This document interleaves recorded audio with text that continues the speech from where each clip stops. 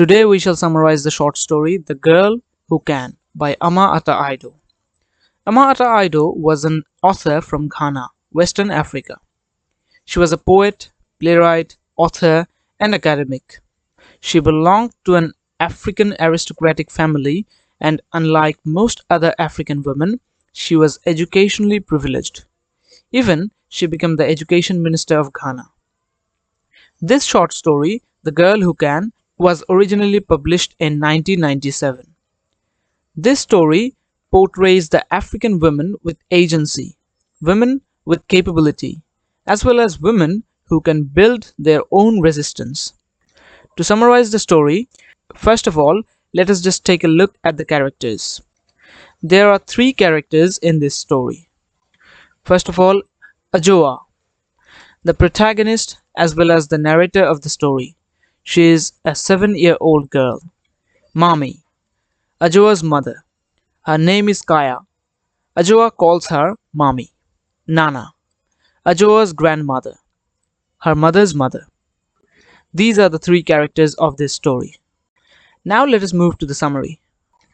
The story begins with a first person narration. A 7-year-old girl named Ajoa from Ghana narrates the whole story.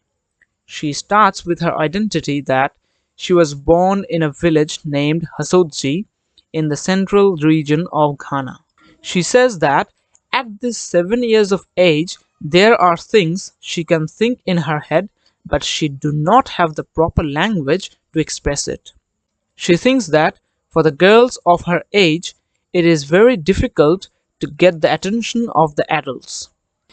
Even if she tries to say anything, for example, before her Nana, then either Nana would look at her for a very long time and say, "Never, never repeat that again."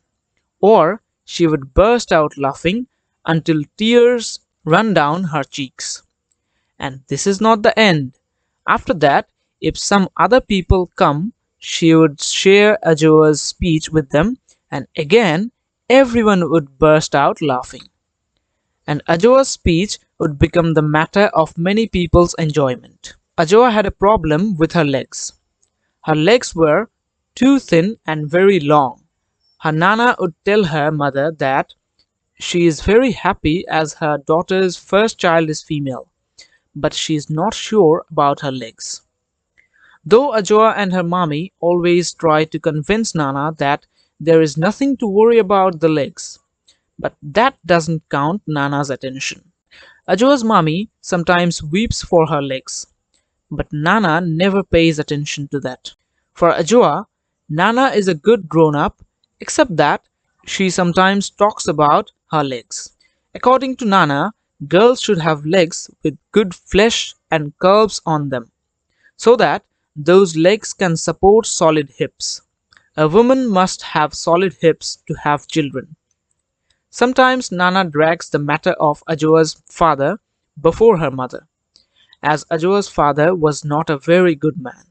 As legs with flesh on them can contain solid hips and therefore children, Ajoa, as she had thin legs, she always wished to see women who have children besides having thin legs.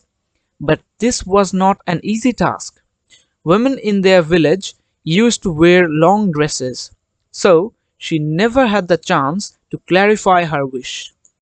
The distance between their village and the small town is about 5 kilometers, so the older boys and girls always used to complain about the long journey they had to undertake to go to the school. But this vast distance didn't really matter to Ajoa. Ajoa's mommy supports her education, but according to her Nana, it is a waste of time. Mommy always convinces Nana that she herself couldn't study, and for that she feels herself locked in some kind of darkness.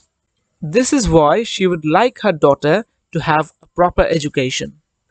Ajoa was a good runner in school. She came first in every race with her classmates. One day, teachers selected her for the junior section of their school in the district games.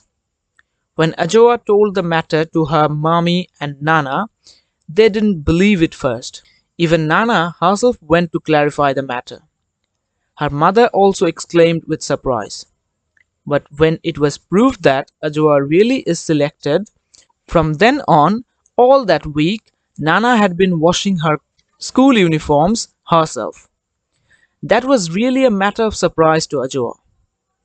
It was really a matter of surprise because Nana, who never supported her thin legs, started cleansing Ajwa's school uniform so that she would look nice on the day of the race. But the greater surprise was yet to come.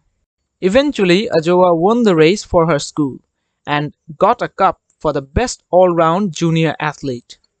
Nana carried the gleaming cup on her back, and before giving it back to the headmaster, she went to show the cup to Ajwa's mommy. At the end of the story, Ajwa felt that the grown-ups are so strange creatures to be understood, as her Nana was totally changed upside down. Now, she mutters, thin legs can also be helpful. They can also be useful. And Ajwa was clear that though some legs doesn't have much flesh on them, but they can help one to be a good runner. And about Ajwa's mommy, she has been speechless as always. Here the short story, The Girl Who Can, ends.